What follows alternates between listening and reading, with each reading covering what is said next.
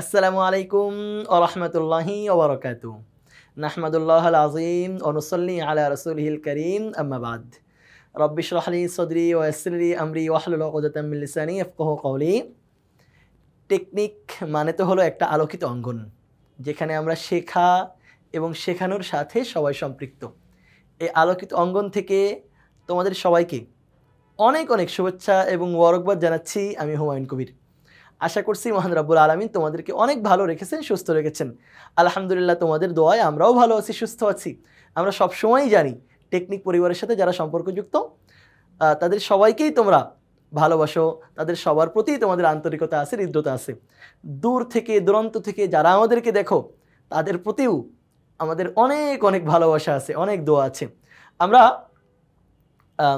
ইসলাম শিক্ষা বই নবম ও দশম শ্রেণীর চতুর্থ অধ্যায়ের স্বদেশ প্রেম নামে যে আলোচনাটা আছে সেখান থেকে আমরা আজকে বেশ কিছু এমসিকিউ সমাধান করার চেষ্টা করবো ইনশাল্লাহ।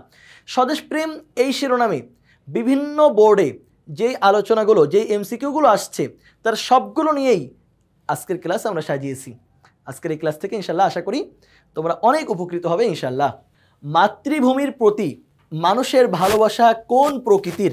মাতৃভূমিকে যে আমরা ভালোবাসি, এটা কোন প্রকৃতির ভালোবাসা? এটা বইয়ে খুব সহজেই লেখা আছে, একদম এই স্বদেশ প্রেমের আলোচনার শুরুতে, যে মাতৃভূমির প্রতি মানুষের ভালোবাসা এটা সহজাত ও স্বভাবজাত। সুতরাং এই প্রশ্নের উত্তর হিসেবে আমরা গ নম্বরকে চয়ন করছি। আইনুনাগ, বাধ্যতামূলক, কোনোটিই না। এই তিনটা উত্তর সঠিক নয়। নিচের কোনটি ইমানের অঙ্গ? স্বদেশ প্রেম, রক্তদান, রাত জাগা, চাষাবাদ করা। ইমানের অঙ্গ হলো স্বদেশ প্রেম। বইয়ে আরবিটাও লেখা আছে, হব্বুল ওয়াতানি মিনাল ইমান। মাশাআল্লাহ, পরের প্রশ্নে আমাদের আরবিটাও চলে আসছে। দেখো, হব্বুল ওয়াতান মানে কি? হব্বুল ওয়াতান মানে স্বদেশ প্রেম, প্রকৃতি প্রেম, পরিচ্ছন্নতা, স্বাধীনতা এগুলো নয়। দেশ প্রেম ও দেশের সেবা করা মুস্তাহাব, মানদুব, ইবাদত স্বরূপ ইমানের অঙ্গ। এটা ইমানের অঙ্গ, হব্বুল ওয়াতানি মিনাল ইমান। সুতরাং এই প্রশ্নের উত্তর হবে ঘ। মহানবী সাল্লাল্লাহু আলাইহি সাল্লাম কোনটিকে ইবাদত বলেছেন? স্বদেশ প্রেম, মিতব্যয়, শালীনতা, সত্যবাদিতা, কোনটিকে মহানবী সাল্লাল্লাহু আলাইহি সাল্লাম ইবাদত বলেছেন? মহানবী সাল্লাল্লাহু আলাইহি সাল্লাম স্বদেশ প্রেমকে ইবাদত হিসেবে গণ্য করেছেন। এরপরে ৭৪ নম্বর প্রশ্নের জন্য আমরা পরের পাশে চলে যাব। সেখান থেকে আমরা ৭৪ নম্বর প্রশ্ন থেকে পড়ব। হ্যাঁ, স্বদেশ প্রেম কিসের অঙ্গ? স্বদেশ প্রেম ইসলামের, আকিদার, ইমানের নাকি তাকওয়ার? স্বদেশ প্রেম হলো ইমানের অঙ্গ। স্বদেশ প্রেম ইমানের অঙ্গ। বাণীটি কার? আল্লাহর, মহানবী সাল্লাল্লাহু আলাইহি সাল্লামের, ওমর রাদিয়াল্লাহু আনহুর, জ্ঞানী লোকদের। এটা অনেকে মনে করে হাদিস, কিন্তু এটা হাদিস না, এটা জ্ঞানী লোকদের কথা। সুতরাং এই প্রশ্নের উত্তর ঘ সঠিক। খ অনেকে সঠিক মনে করতে পারে, কিন্তু সঠিক না। বইয়ে দেখো লেখা আছে যে কথিত আছে বা বর্ণিত আছে, এমন ধরনের কোনো একটা কথা লেখা আছে। এখানে মহানবী সাল্লাল্লাহু আলাইহি সাল্লাম বা আল্লাহ তাআলা এমন কারো নাম উল্লেখ করা নাই। সুতরাং স্বদেশ প্রেম ইমানের অঙ্গ, কথাটি জ্ঞানী ব্যক্তিদের। এরপরে, যারা দেশকে ভালোবাসে না তারা কি? দেশদ্রোহী, অকৃতজ্ঞ, দেশের শত্রু, নাকি বিশ্বাসঘাতক? যারা দেশকে ভালোবাসে না এরা দেশদ্রোহী না। দেশদ্রোহী তো বলা হয় যে দেশের বিরুদ্ধাচরণ করে, তো ভালো না বাসাই এটার সাথে সামঞ্জস্য হয় না। দেশের শত্রু এটাও হয় না, বিশ্বাসঘাতকও না। অকৃতজ্ঞ হতে পারে। তাহলে যারা দেশকে ভালোবাসে না এরা অকৃতজ্ঞ, কারণ একটা দেশের প্রতি, আমাদের প্রতি দেশের অনেকগুলো অনুগ্রহ আছে, অবদান আছে। তো এরপরেও দেশকে না ভালোবাসা এটা তো অবশ্যই অকৃতজ্ঞতা। মহানবী সাল্লাল্লাহু আলাইহি সাল্লাম জন্মভূমি মক্কা ত্যাগের সময় বারবার ফিরে তাকাচ্ছিলেন কিসের দিকে? স্ত্রীগণের দিকে, সন্তানের দিকে, মক্কার দিকে, তায়েফের দিকে। তিনি যখন জন্মভূমি মক্কা ত্যাগ করছেন তখন বারবার তিনি মক্কার দিকে তাকাচ্ছিলেন, বারবার তিনি কাবা শরীফের দিকে তাকাচ্ছিলেন। তাকে বলছিলেন যে আমি তো এখান থেকে চলে যেতে চেয়েছিলাম না, কিন্তু তোমার অধিবাসীরা আমাকে থাকতে দেয় নাই। মহানবী সাল্লাল্লাহু আলাইহি সাল্লামের স্বদেশ প্রেম ছিল অনেক বেশি।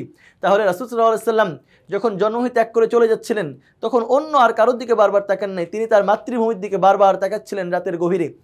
তিনি বলেছিলেন ওই সময়, কথাগুলো হাদিসের কিতাবের মধ্যে, সিরাতের কিতাবের মধ্যে উল্লেখ করা আছে যে তোমার অধিবাসীরা যদি আমার বিরুদ্ধাচরণ না করতো তাহলে আমি কখনো তোমাকে ছেড়ে যেতাম না। রাসূল সাল্লাল্লাহু আলাইহি সাল্লামের স্বদেশ প্রেম ছিল অনেক বেশি। সুতরাং তিনি মক্কা ত্যাগ করার সময় বারবার ফিরে তাকাচ্ছিলেন মক্কার দিকে। এরপরে ৭৮ নম্বর প্রশ্ন, দেশ রক্ষার জন্য সীমান্ত পাহারাই, আল্লাহর রাস্তায় বিনিদ্র রজনী যাপন করা দুনিয়া ও এর মধ্যকার সব কিছু থেকে উত্তম। বাণীটিকার? রাসূল সাল্লাল্লাহু আলাইহি সাল্লামের, খালিদ বিন ওয়ালিদ, ওমর রাদিয়াল্লাহু আনহুর নাকি আলী রাদিয়াল্লাহু আনহুর?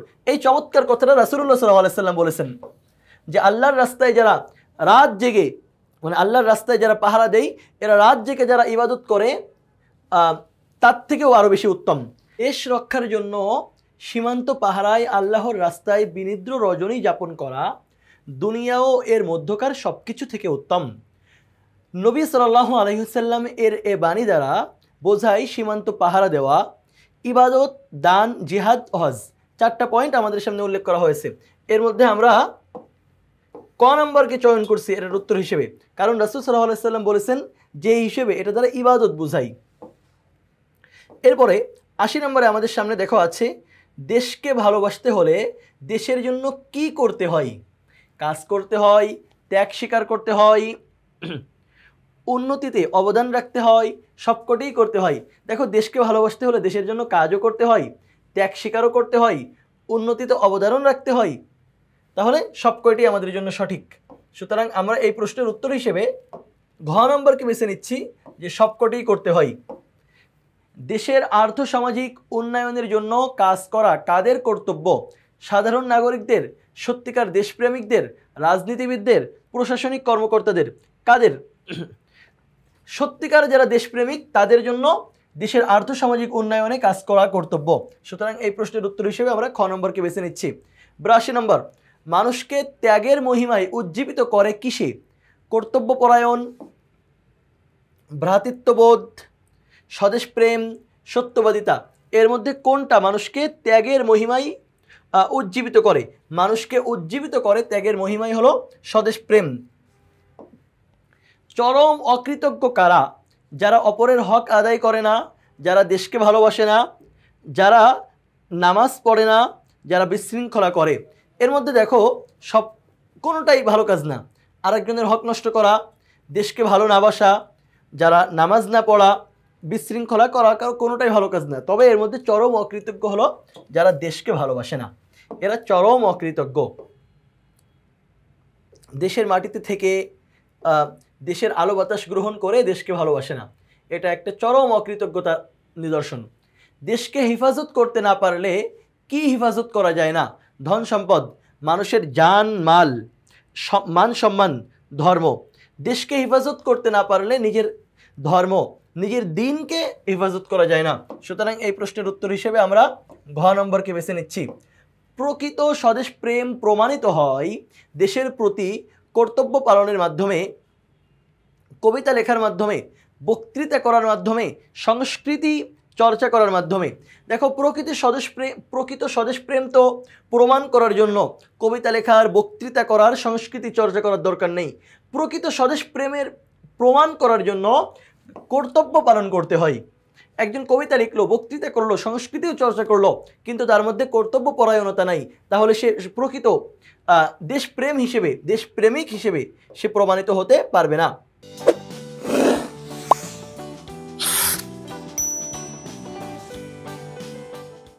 দেশপ্রেমের প্রকৃত বহির্প্রকাশ কিসে?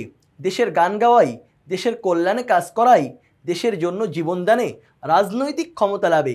দেশপ্রেমের প্রকৃত বহির্প্রকাশ কিসে? প্রকৃত বহির্প্রকাশ হলো দেশের কল্যাণে কাজ করার মধ্যে। তাহলে এই প্রশ্নের উত্তর হিসেবে আমরা খ নম্বরকে বেছে নিচ্ছি। 87 নম্বর প্রশ্নের জন্য আমাদেরকে পরের পৃষ্ঠায় চলে যেতে হবে। আমরা পরের পৃষ্ঠায় যাচ্ছি। বুড়িমারি সীমান্তে এলাকার যুব সমাজ পালাক্রমে সীমান্ত পাহারায় রাত জাগে, যেন সীমান্ত দিয়ে কেউ সম্পদ পাচার করতে না পারে। বুড়িমারি এলাকার যুব সমাজের চরিত্রে আখলাকে হামিদার কোন দিকটি প্রতিফলিত হয়েছে? আত্মশুদ্ধি, কর্তব্যপরায়ণতা, তাকওয়া, স্বদেশপ্রেম।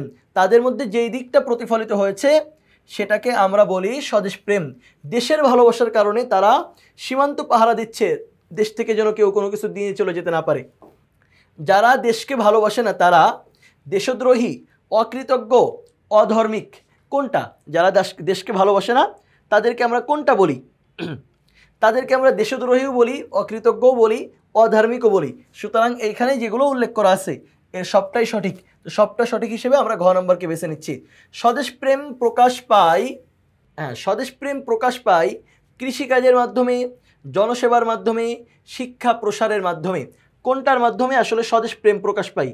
তো স্বদেশ প্রেম এখানে কৃষি কাজ করলেও দেশের উন্নয়ন হয়, জনসেবার মাধ্যমেও দেশের উন্নয়ন হয়, শিক্ষা প্রসারের মাধ্যমেও দেশের উন্নয়ন হয়। সুতরাং এখান থেকে আমরা ঘ নম্বরকে বেছে নিচ্ছি। সুতরাং সবগুলো সঠিক। স্বদেশ প্রেম প্রকাশ করতে হয় নিজ নিজ কাজকর্ম দ্বারা, প্রকৃত জ্ঞান অর্জনের মাধ্যমে, সেবামূলক কাজের মাধ্যমে। এই যে 90 নম্বর প্রশ্নে আমাদেরকে জানতে চাইলো স্বদেশ প্রেম প্রকাশ পায় কিসের মাধ্যমে? স্বদেশ প্রেম প্রকাশ পায় হলো নিজ কাজকর্ম দ্বারা এবং সেবামূলক কাজের মাধ্যমে। প্রকৃত জ্ঞান অর্জনের মাধ্যমে আসলে ব্যক্তির উন্নয়ন হয়, এরপরে পুরা সব ব্যক্তির উন্নয়নের মাধ্যমে স্বদেশ প্রেম হয়। এটা অনেক দূরের বিষয়, কিন্তু 1 আর 3 খুব কাছাকাছি মিলে। সুতরাং 1 আর 3কে আমরা সঠিক উত্তর হিসেবে বেছে নিচ্ছি। 1 আর 3 আছে ঘ নম্বরে, সুতরাং ঘ নম্বর আমরা টিক দিচ্ছি। দেশের কল্যাণে আমাদের উচিত স্বাধীনতা রক্ষায় কাজ করা, জাতীয় উন্নতিতে অবদান রাখা, সম্পদের অপচয় করা। দেশের কল্যাণে আমাদের কোনটা করা উচিত? দেশের কল্যাণে আমাদের স্বাধীনতা রক্ষায় কাজ করা উচিত, জাতীয় উন্নতিতে অবদান রাখা উচিত। দেশের কল্যাণে কখনো সম্পদ অপচয় করা যায় না। সম্পদ অপচয় যারা অপচয় করে তাদের তো কোরআন মাজিদের ভাষায় একটা চমৎকার কথা বলা হয়েছে। খুব চমৎকার বলবো নাকি অন্য কিছু বলবো আল্লাহ জানে। কোরআন মাজিদের মধ্যে আল্লাহ বলছেন, ইন্নাল মুবাযযিরিনা কানু ইখওয়ানা শায়াতিন, যারা অপচয় করে তারা হলো শয়তানের ভাই। তো শয়তানের যে ভাই হয় সে আবার দেশের কল্যাণ কেমনে করে? ওর দুইটা সঠিক। সুতরাং ক নম্বরকে আমরা সঠিক হিসেবে চিহ্ন দিচ্ছি। দেশকে ভালোবাসার অর্থ হলো দেশের মানুষকে ভালোবাসা, দেশের স্বাধীনতা রক্ষা করা, দেশের সার্বভৌমত্ব রক্ষা করা। দেশকে ভালোবাসার অর্থ কোনটা? 92 নম্বরে আমাদেরকে যে প্রশ্ন করেছে এর উত্তর যেগুলো দেওয়া আছে দেখো সবগুলো সঠিক। দেশকে ভালোবাসার অর্থ দেশের মানুষকে ভালোবাসা, দেশকে ভালোবাসার অর্থ দেশের স্বাধীনতা রক্ষা করা, দেশকে ভালোবাসার অর্থ দেশের সার্বভৌমত্ব রক্ষা করা। সুতরাং ঘ নম্বরকে আমরা এই প্রশ্নে টিক চিহ্ন দিতে পারি।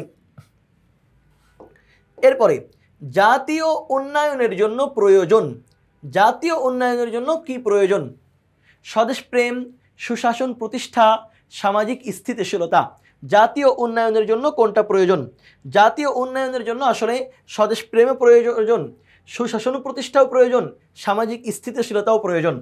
এর সবগুলো বাদে কখনো জাতীয় উন্নয়ন সম্ভব না। সুতরাং ঘ নম্বরকে আমরা এখানে সঠিক হিসেবে বিবেচনা করছি। প্রকৃত দেশপ্রেমিক প্রমাণিত হয় দেশের মানুষের প্রতি ভালোবাসা, দেশের প্রতি কর্তব্যপরায়ণতা, দেশের স্বার্থে ত্যাগ স্বীকার করা। সবগুলোই প্রকৃত দেশপ্রেম প্রমাণিত হয়।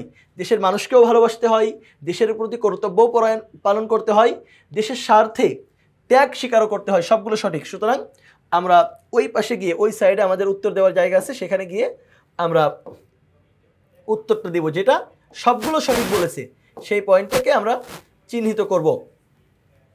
দেখো এখানে সবগুলো সঠিক কোনটাই বলা হলো? নিচের কোনটি সঠিক? নিচের সবগুলোই সঠিক। সুতরাং আমরা এখানে টিক চিহ্ন দিচ্ছি ঘ নম্বরকে, সবগুলো সঠিক। স্বদেশ প্রেম ইমানের অঙ্গ, এটি কি? আল্লাহর বাণী, রসুলের বাণী, সাহাবীদের বাণী, প্রবাদ বাক্য। স্বদেশ প্রেম ইমানের অঙ্গ, এটা আল্লাহ, রাসূল অথবা সাহাবী কারো কথা না, এটা একটা প্রবাদ। হব্বুল ওয়াতানি মিনাল ঈমান। কেউ কেউ এটাকে হাদিস মনে করে, যা উচিত না, এটা হাদিস না। নিচের উদ্দীপকটি পড়ে 96 ও 97 নম্বর প্রশ্নের উত্তর দাও। জামাল সাহেব গবেষণা করে পাটের দ্বারা বিভিন্ন ব্যবহারিক দ্রব্যাদি তৈরির কৌশল আবিষ্কার করেন। সরকার তাকে পুরস্কৃতও করেন। তার পুত্র কামাল তার বন্ধুদের নিয়ে অধ্যক্ষ বরাবর আবেদন করে কলেজের নারী শিক্ষার্থীদের জন্য একটি কমন রুম প্রতিষ্ঠার ব্যবস্থা করেন। বাবা হলো পাটের দ্বারা গবেষণা করে বিভিন্ন নতুন জিনিস আবিষ্কার করছে, আর ছেলে নারীদের জন্য একটা কমন রুমের ব্যবস্থা করছে। এখন আমাদেরকে এখান থেকে দুইটা প্রশ্নের উত্তর দিতে হবে। জামাল সাহেবের কর্মকাণ্ডে কি ফুটে উঠেছে? জামাল সাহেবের কর্মকাণ্ডে আসলে সবচেয়ে চমৎকারভাবে কর্তব্যপরায়ণতা, দেশপ্রেম, আমানত ও তাকওয়া, এর মধ্যে দেশপ্রেম ফুটে উঠেছে। দেশের প্রতি তার ভালোবাসা, দেশের সম্পদ দিয়ে নতুন কোনো কিছু করার মানসিকতা। এরপরে কামালের কর্মকাণ্ডে অর্জিত হবে রাসূলের আদর্শ, ইমানের পূর্ণতা, আল্লাহর সন্তুষ্টি। কামাল যেটা করছে, যে নারীদের জন্য একটা কমন রুমের ব্যবস্থা করছে, এখানে রাসূলের আদর্শও প্রতিষ্ঠিত হবে, কারণ রাসূল সাল্লাল্লাহু আলাইহি সাল্লাম নারীদের সম্মান করতেন। ইমানের পূর্ণতাও পাবে, আল্লাহর সন্তুষ্টিও পাবে। সুতরাং আমরা এই প্রশ্নের উত্তরে সবগুলোকে সঠিক হিসেবে বিবেচনা করছি। নিচের উদ্দীপকটি পড়ে 98 ও 99 নম্বর প্রশ্নের উত্তর দাও। শাহেদ একজন ব্যাংক কর্মকর্তা, তিনি দেশের মুদ্রা বিদেশে পাচারে সাহায্য করেন। খুবই খারাপ বিষয়, যা দেশের জন্য ক্ষতিকর। অবশ্যই দেশের মুদ্রা বিদেশে পাচার করার কারণে দেশের ক্ষতি হয়, দেশের অর্থনৈতিক সমৃদ্ধি লোপ পায়। এখন এখান থেকে আমাদের প্রথম প্রশ্ন করা হলো, শাহেদের কাজটি হলো জঘন্য, দেশদ্রোহী, জুলুম। শাহেদের কাজটি আসলে সরাসরি জুলুম না, সে কারো উপরে সরাসরি জুলুম করে নাই, তবে এটা জঘন্য কাজ এবং এটা দেশদ্রোহিতার শামিল। সুতরাং শাহেদের কাজটি হলো, এখানে আমরা 1 ও 2 কে সঠিক হিসেবে বিবেচনা করছি। 1 আর 2 কোথায় আছে? গ নম্বরে আছে। সুতরাং এখানে আমরা গ নম্বরকে সঠিক হিসেবে টিক চিহ্ন দিচ্ছি। 99 নম্বর, যেটা ওই উদ্দীপক থেকে আমাদেরকে পড়তে হবে, প্রকৃত স্বদেশ প্রেম প্রমাণিত হয় ব্যবসা বাণিজ্যের উন্নতিতে, সেনাবাহিনীতে যোগদানের মাধ্যমে, দেশের স্বার্থে কাজের দ্বারা। প্রকৃত দেশপ্রেম কোনটা দ্বারা প্রমাণিত হয়? প্রকৃত দেশপ্রেম প্রমাণিত হয় ব্যবসা বাণিজ্যের উন্নতি হলে দেশপ্রেম হয়, এটা অনেক দূরের কথা। সেনাবাহিনীতে যোগ দিলেও দেশের উন্নতি হয়, এটা অনেক দূরের কথা। কিন্তু দেশের স্বার্থে কাজ করলে দেশের জন্য প্রেম প্রমাণিত হয়, এটা খুবই কাছাকাছি মিলে। সুতরাং এটার উত্তর হিসেবে আমরা শুধু 3 নম্বরকে বাছাই করতে চাই। দেখি নিচের কোনটি সঠিক। 1 2 3 2 3 এর মধ্যে আমরা গ নম্বর যেটা, সেটাকে সঠিক হিসেবে বিবেচনা করছি। একদম শেষ প্রশ্ন স্বদেশ প্রেমের। হব্বুল ওয়াতান অর্থ কি? হব্বুল ওয়াতান প্রকৃতি প্রেম, পরিচ্ছন্নতা, স্বদেশ প্রেম, স্বাধীনতা। হব্বুল ওয়াতান শব্দের অর্থ হলো স্বদেশ প্রেম। স্বদেশ প্রেম নিয়ে আমাদের অনেকগুলো এমসিকিউ ছিল, সেগুলো আমরা আলোচনা করলাম। আশা করি আজকের ক্লাসটা তোমাদের জন্য অনেক উপকারী হবে। পরবর্তী ক্লাস দেখার আমন্ত্রণ জানিয়ে এখানেই বিদায় নিচ্ছি। দেখা হবে পরবর্তী কোনো ক্লাসে। আল্লাহ হাফেজ। আসসালামু আলাইকুম ওয়া রাহমাতুল্লাহি ওয়া বারাকাতুহু।